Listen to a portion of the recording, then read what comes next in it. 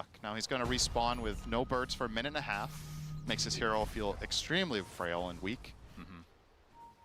But still, a 2K lead for the Gladiators is solid.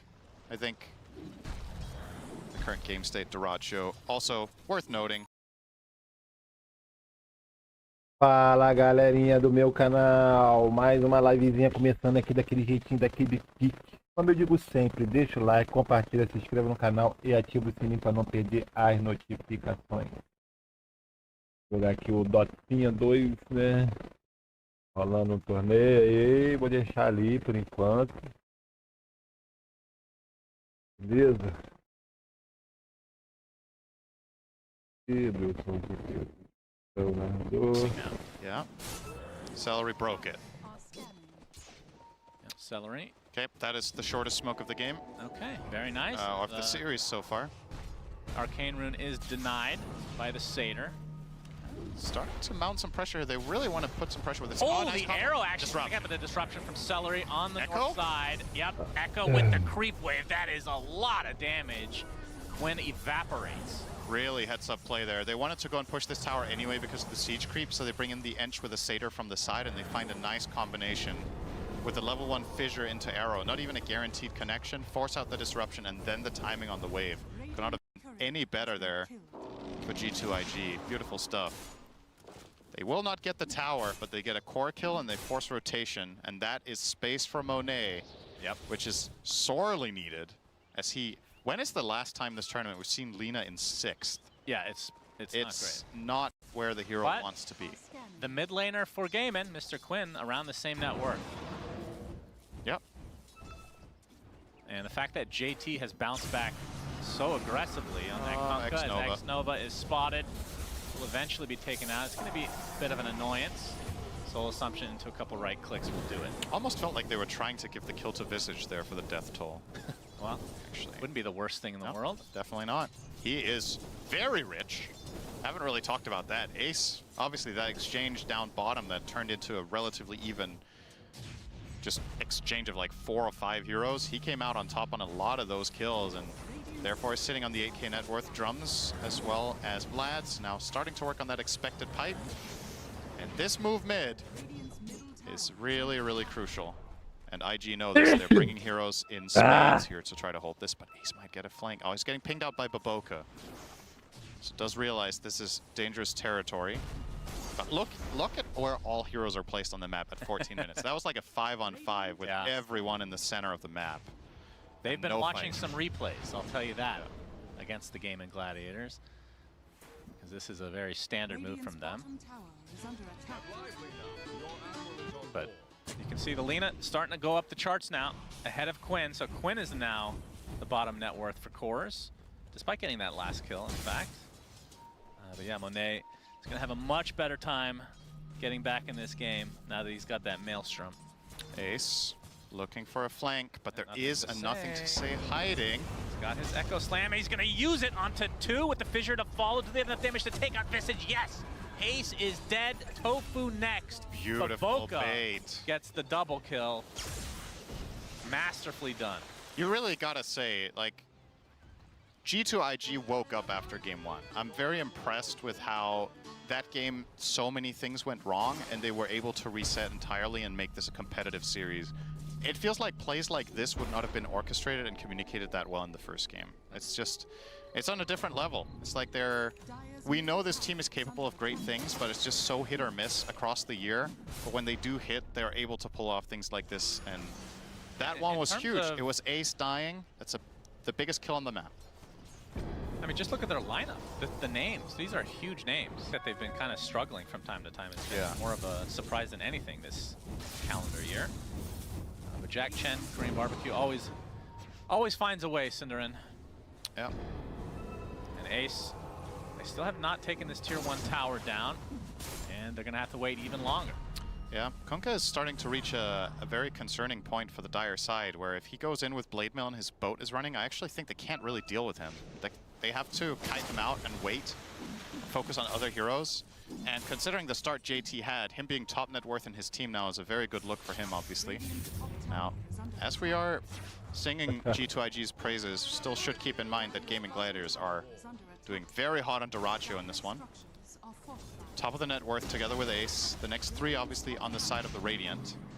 But a lot of the net worth that G2IG do have on Gaming is supports. So can they convert this 1k support lead into a meaningful item that will make a difference? Remains to be seen. So well, now we have an Orchid on Quinn. yeah, that's a big item. Allows him to solo kill Lina. If you can find her. Yeah, that's the big if. Getting that vision out. Of course, it's going to get incremental.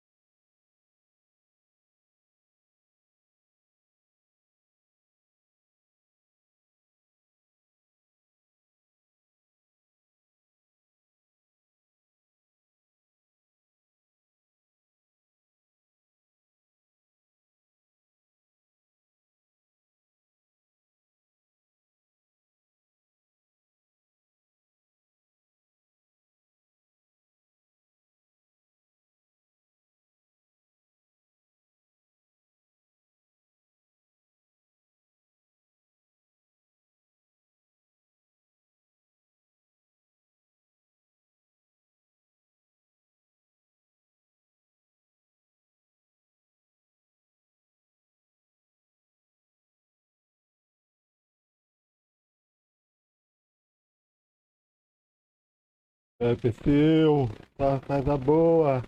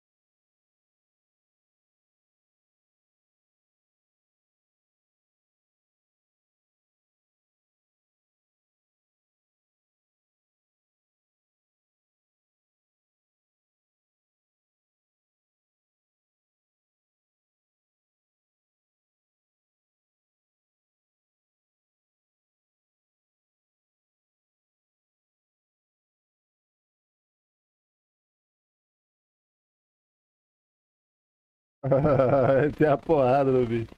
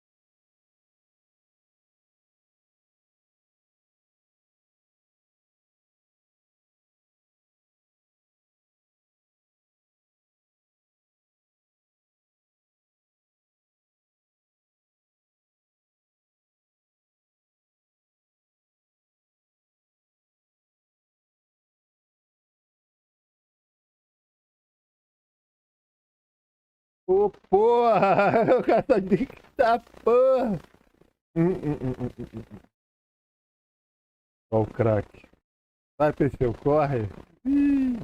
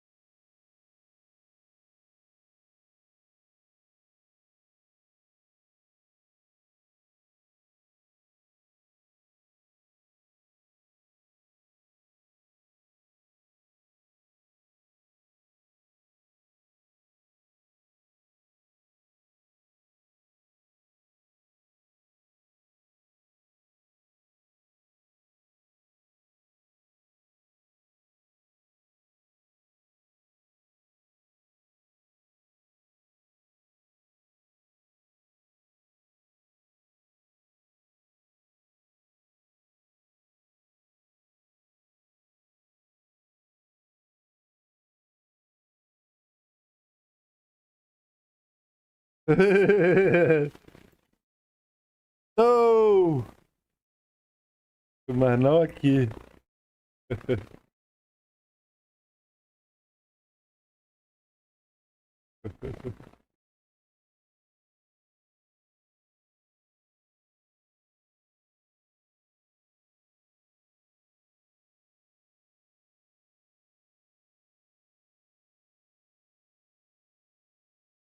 Mas não aqui.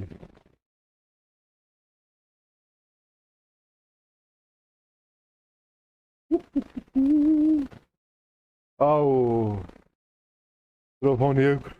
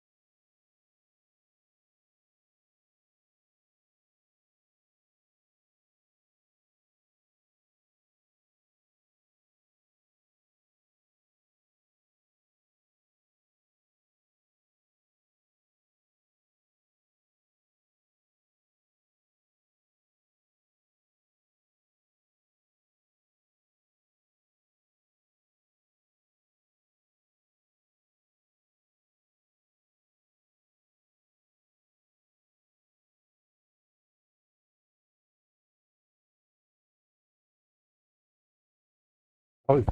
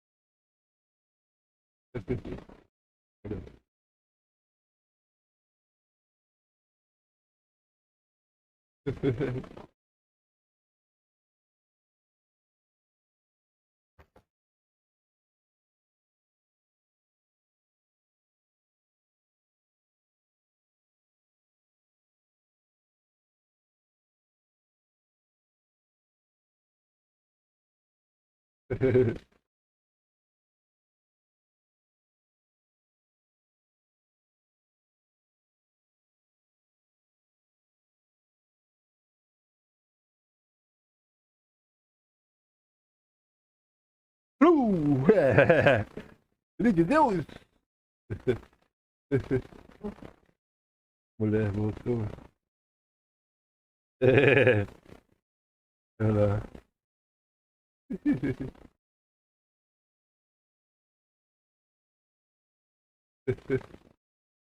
É filha de Deus?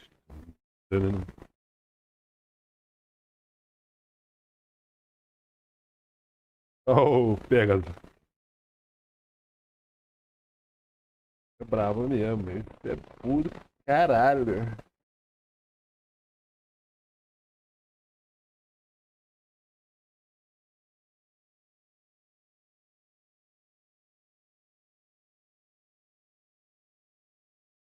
By the way, it's pretty popular as well. Okay, another BKB TP, the Nightfall special. I like it conceptually. I think it's nice to have double-edged items. Also something like, you know, the Vizier is another example of that Celery's rocking here. You recognize the cast range is extremely valuable, but it comes at a cost. I think the more neutral items turn out to be this way over time, the better design actually is. I think more and more of those would be really cool. So it's I think a lot of them feels like auto choices, you know what I mean? Where it's just like, yeah, this one's just feel good, it's always nice. The more of a downside they have, the more you need to think, you know? Yeah, use that brain. Yeah. As if Dota didn't have that requirement enough, Cinderin. Well, we have heroes for that. Aí. If you don't want to think, you go Venom, Speaking 6 of boots which, jungle. Why? Yeah, that's true. I've seen that. Yeah. Why haven't we seen the Visage facet where you don't have to control your familiars? I'm surprised the pro players don't like that one. So the one called Sepulcher was picked once. No, that was the other one. That's the one that gives you AoE Grave Chill. Oh, I see. Yeah, okay. Yeah, why haven't we seen the pros do that? I don't know. Because he has 3 facets, remember? Yeah, that's right. Really strong. My burning question is, who's buying the Shiva game? You gotta buy a Shiva on your team. You gotta get the full collection Everything here. else, yep. The full bingo card. Nobody's queuing it up right now. Quinn is working on a Witchblade, which I assume he wants to fully complete into a Parasma. Visage wants Hex. Thought maybe we would see Ace go Ags to try to hunt the Lina and get a flank angle, which can be extremely annoying for her as well as Shaker. Yeah, there's a really cool Ags. But is opting for the scythe. Shadow Demon got a dagger. I mean, Celery is... It's not like he's that much richer than the Ench, it's just the impact of his items. It's just so noticeable. Okay. Well, Quinn had to use his BKB. He's going to find a lonely Baboka. Arrow actually will hit, doing some decent damage as support, and eventually will get that kill and have some TP out. He has the gem on him as Roche now spawns. So let's see if they kill it and just leave the Aegis on the ground for 5 minutes. Perhaps we'll see that here. Nope, I tried. Do you give this to Windrunner instead of Storm? I don't think so. Although, based on their map movements, it seems yes. So I guess they want to use this to just siege high ground with Windranger, having that extra safety. Yeah, I was going to say Storm, obviously Aegis is unbelievably good on it, but you're not hitting buildings with this. Yeah. I guess this is a nice layer of protection against the Kunkka Shard. Now Dyrachyo has a little bit more leeway as he is going to siege. So, sure, that's fine. And we got Roche's banner to help their cause as well. And looks like an Aghanim Scepter now for Mr. Dyrachyo. Will block a lot of physical damage and grants him invisibility when he's wind running, so nice for the hero versus hero matchup against Lina right click. Guess against Shaker and Chant Totem it's kind of nice too. X Nova, what is he doing here? What is he doing? TPing out. Okay. Good choice. He just wanted to see the world a little bit. Yeah. And he chose the most boring vantage point to see the world. Doesn't feel like they've crossed the river in quite a while. Oh, this Tormentor! Oh, that would have been embarrassing. Oh, if that was BB Team, the game would have ended. They would have died 2 heroes and Gaiman would have pushed. Quinn finds JT. Ooh, the cancellation of the teleportation into the shackle shot. They don't really do that much damage to him because Kunkka's very tanky these days. Finally, some reinforcements. Tofu. Okay, you can see the demonic purge onto JT, so no Crimson or anything of that nature for him. Finally will drop as more heroes are just dropping like flies from G2IG. What kind of a fight was that? That wasn't they get even 2 a fight. buybacks, and now it's a 3 versus 5, not including the Aegis. That was the DLC to Lemmings. Wow. They just... That was so weird. That was the weirdest fight. How does the game end like this? After all of that? All right, now the Roche's banner in the top lane, going for the Megas is Gaiman. There is a fortification, which doesn't look like they're going to use for the tower. Maybe they concede these and try to go against the Megas. Dyrachyo always going in with that Aghanim Scepter, invisible, gets the shackle shot onto the Earthshaker. He's dead! No buyback for nothing to say.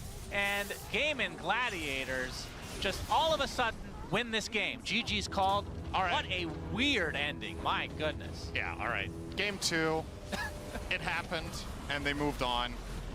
And then they said, game 1 is what that's more like it. That's how we want to play. Yep. And honestly, this wasn't even... I feel like there's still room for improvement.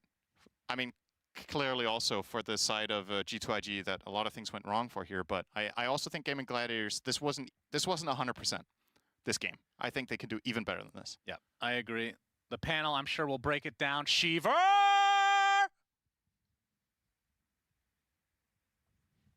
you very much, Sunsman and Cinnamon. Yeah, okay, we're here. Great. Thanks. And the GG. And they, according to Cinnamon, they're not in the final. Sorry, I'm very thrown off by the Sunsman throw. That's what he does. It's a good throw. Yeah. I will say that Cinderin saying, this is not GG's final form, T. No. How do you feel about that? Yeah, I kind of agree because for me, like gaming's a team that was able to win games within 30 minutes because they never really made like positional mistakes. And like in this game, it's like there's opportunities where it's like Tofu's dying mid lane to like the Echo Slam, and then you got Ace and Tofu dying again like at a tier 2 fight. Like, there's a lot of like smaller kills that during their like major dominance of previous years, it's like they never made these errors. But you can still see they're playing in the same style, just it's a little bit more kind of rough around the edges, but that is something that will be kind of ironed out as the tournament progresses. And of course, winning this series, going to the upper bracket, I expect them not to make these kind of smaller mistakes that, again, bigger, better teams would have been able to capitalize on. And I love this fight. It's the power of Shadow Demon. He gets in, needs to choose which target he's going to go for with the disruption. G2IG unable to connect their spells, even though it was a good Echo Slam. One disruption, Storm zipping out is going to result in multiple kills. That's the power of this hero. This is why this is the most contested hero right now so far at the road to the International, because this hero does pretty much everything. He's one of the best heroes in the game to stack with, the strong support in the lane, and also having that ability to break the combo when they're trying to kill somebody from 100 to 0. Yeah, but also that fight mid is where they cut the game wide open, where there was finally a big net worth tilt in their favor and their dominance on the map just continued. And that was the Wind Rangers' BKB timing. Doratio was free farming the entire game, was top of the net worth. He goes for the Arcane Boots to Maelstrom into straight BKB. No funny business, no other items. And then with that BKB, they have that big team fight mid. They bring their Wind Ranger with all of her damage. She's basically untouchable. They have the Shadow Demon, like Lacoste pointed out. And after that, the map was theirs. They have this Orchid Storm hunting people with Visage, the Birds scouting people out. You have the Marcy and the Shadow Demon as a great supporting cast. It was perfect. It was kind of cool to see the impact of Wisdom Runes on the graph. When we saw Xnova picking up 3 Wisdom Runes in a row, we saw that basically made the experience of the previous 25 minutes of the game be made even. I'm kind of surprised Gaming didn't pick those up, T. Yeah, a little bit. They're just letting them, marinate just a bit too long, but it's all right. They are cooking in other ways, and that was the fact that they had like pretty much every aura known to man across every hero, right? Like your Marcy has Solar Crest Crimson, your SD has a Greaves, then your Visage has like Vlad's Pipe. It's like buying auras is pretty toxic already because it overwhelms the fight on one hero.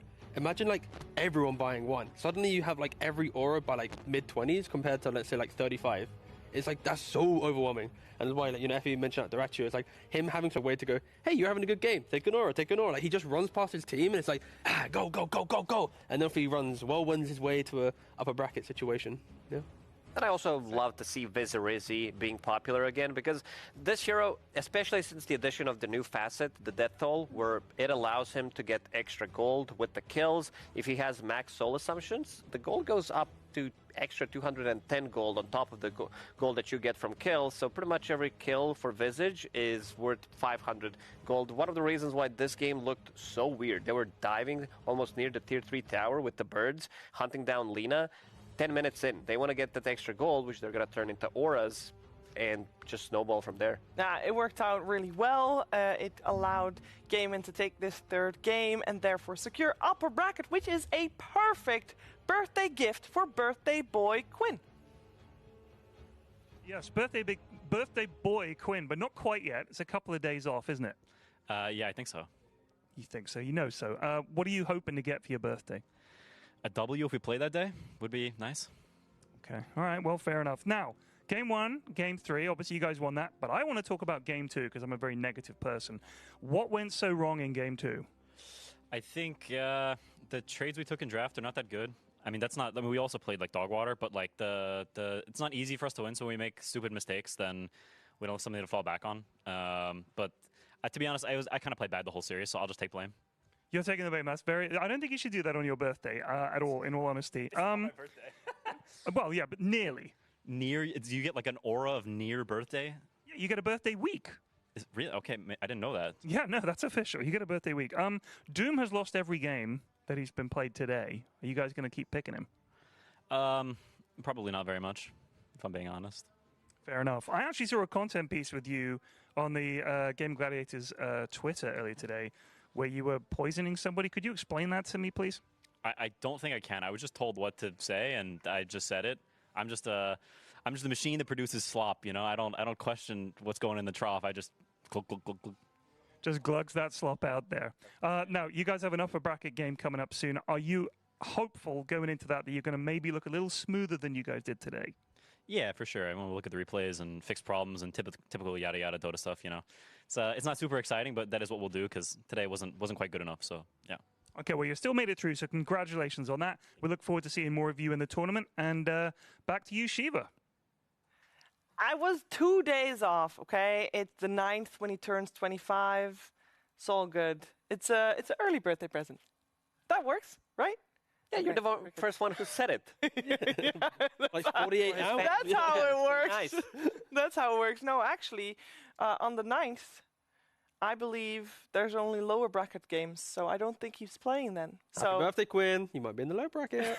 no, it's the first round lower bracket. Which Oh, is it comes now tomorrow. Oh, yeah, because I was thinking. Sorry, I thought it was the 6th. My bad. I thought we had another day. My bad. No, if it was the 6th, it would be Coach Calf's birthday. But it's not that either. There's many actually birthdays nobody are at there? TI that's having their birthday on the 7th. I just checked. And Everyone's birthday here. there's a lot. You want to know all of them? Sure. I got all of them. Wait, September. Wait, for real? I have made a list Okay. of birthdays around TI. It started with the 5th of September, Dairatcho. Yep. Then the 6th of September, yesterday, Calves. The 9th is Quinn, turns 25. Skeeter on the 12th is turning 26. Malreen on the 17th, which I know is 2 days after TI, but you know, I count that apparently. He turns 20. And I did count the rest of September as well. So it's Fishman's birthday. He turns 29 on the 20th of September. Jabs from Aurora turns 26th on the 22nd of September and the 25th of September. It is Monet who turns 25. Do you have the birthdays of the people you mentioned for the next year as well? Yeah, they're the same idiot. You know what that is, Sheaves? Those are holiday season babies. Yeah, I was trying to do the math. True, Yes, math, yeah. yes. Merry Yeah, Christmas. so that's why there's so many around this time. Yeah. There are quite a few, actually. Well, that amount, what I just mentioned. All right, guys, this was obviously a series that went fairly long, but we did get to see Dairatcho on his Wind Ranger because of it in this third game, and it looked very good. If you want to play like Dairatcho's Wind Ranger, pay attention. Thank you, Shiver. Yes, hopefully we can get a little insight into what he does to make his team better. At the end of the game, he died 0 times. He had a super high net worth. But what he did in the early game is what helps keep his team in the lead. Now, the laning stage that we saw was Ace turning enemy heroes into money. We got to see that with some nice double soul assumptions on Nova. He dies for first blood. That was, probably 1,000 gold that he got from that one. And then a nice approach from Tofu from the trees gives him another soul assumption kill. So at this point, the lane is kind of Giga 1 for Ace. He's sitting really good. He's super far ahead in terms of items. But what Dairatcho does afterwards is the interesting part. At the 6-minute mark with the mid fight, he TPs for this. Dairatcho has always been a carry that rotates to help out his allies, but he did it even more this game. He walks all the way to the top lane, and he instantly takes a twin gate bottom. He knows that Lean is having a bad game, and a lot of heroes, a lot of players especially, have been getting better at losing lanes but jungling to catch up. So he goes here with his Shadow Demon, and even though he misses first power shot, they commit to this kill. The second skill from Shadow Demon really helping to amplify this damage and secure this kill. So he's not necessarily sitting and hitting creeps, but he's getting things done. He eventually went back top again, did a little bit of jungling, comes bottom again. He doesn't actually produce a kill here, but keep in mind that Ace has by far the highest net worth, and they're just going to be pushing towers right now. So he farms nearby. Better to farm nearby than to farm top where he could be ganked. So this just helps ensure that his team stays on top. He's sacrificing his net worth to both pressure allies and make sure things don't get worse. And then he goes over and he even pressures Alina. So all these little things that he does that might seem a little bit goofy, he's sacrificing his net worth right now to make sure that his team gets further and further ahead. And later on, he gets to abuse his hero's strong mechanics to have super, super high net worth. So very, very cool. Different carry gameplay out of him, but this is part of the reason they're such a good team. It is very good to have some carry influence where carries help their teammates. Yeah. Thank you, Purge, for making everybody's game better, hopefully, by having carries help their team. That's good influence, Effie. It is, and Duratio over the years has gotten a lot of flack as, oh, wow, he feeds randomly, haha, he pulled a Duratio. But that's because his playstyle was always centered on what is the best thing that I can do for my team right now? What's the best place I can be farming? How can I be applying pressure without soaking up space? And yeah, it was a bit funny sometimes, and it didn't work out perfectly, but he's gotten to a point where he has honed it to like near perfection, or this meta's heroes really fit him well. It really does fit him well, and it fit his team well in this third game, which means they're upper bracket. Let's take a look at what happened today, because I think Gaimin, in the end, winning against G2IG was a result that was expected. Falcons, in the end, winning against Beast Coast was expected as well, Lacoste. I don't think people were expecting Beast Coast to be able to take one game. That's the only game so far that they've won in the road to the International, and it's against one of the favorites, Falcons. Yeah, this was a big surprise to me, showing that this was their first W pretty much, and it's against Falcons, so huge success for them, showing that this team is still not out. Nobody's out yet, but they're going to be playing in the lower bracket. And then we had Thunder against Heroic. Heroic kind of fell apart. They had very interesting draft in game number 2 with this off-lane Slark. They're not playing the meta heroes, but you could feel the nerves kind of working for them in a bad way, because they were all over the place in terms of execution and everything. But unfortunately for South America, we will have Beast Coast and Heroic playing against each other in the lower bracket. That always happens. Every TI, there's a lower bracket South American cannibalization. The last 3 TIs, this has happened. And it's sad, but it's also a means for them to kind of feel that fire and be competitive, because you want to be known as the better team from the region. So that always brings excitement. But the bigger story from today, of course, is Nouns knocking Spirit to lower bracket. I didn't see that coming. You didn't see that coming. Nobody saw that coming, T. No, it was good. And hopefully, fingers crossed, we get some more of that. You know, I'd like to see. That's a good thing so far with how the bracket lies. I mean, getting carried away. We're not showing the bracket. No, yes. Yeah, we can. Oh, I believe we can. Oh, hold on. Oh, wait a second. We have Surprise. technology.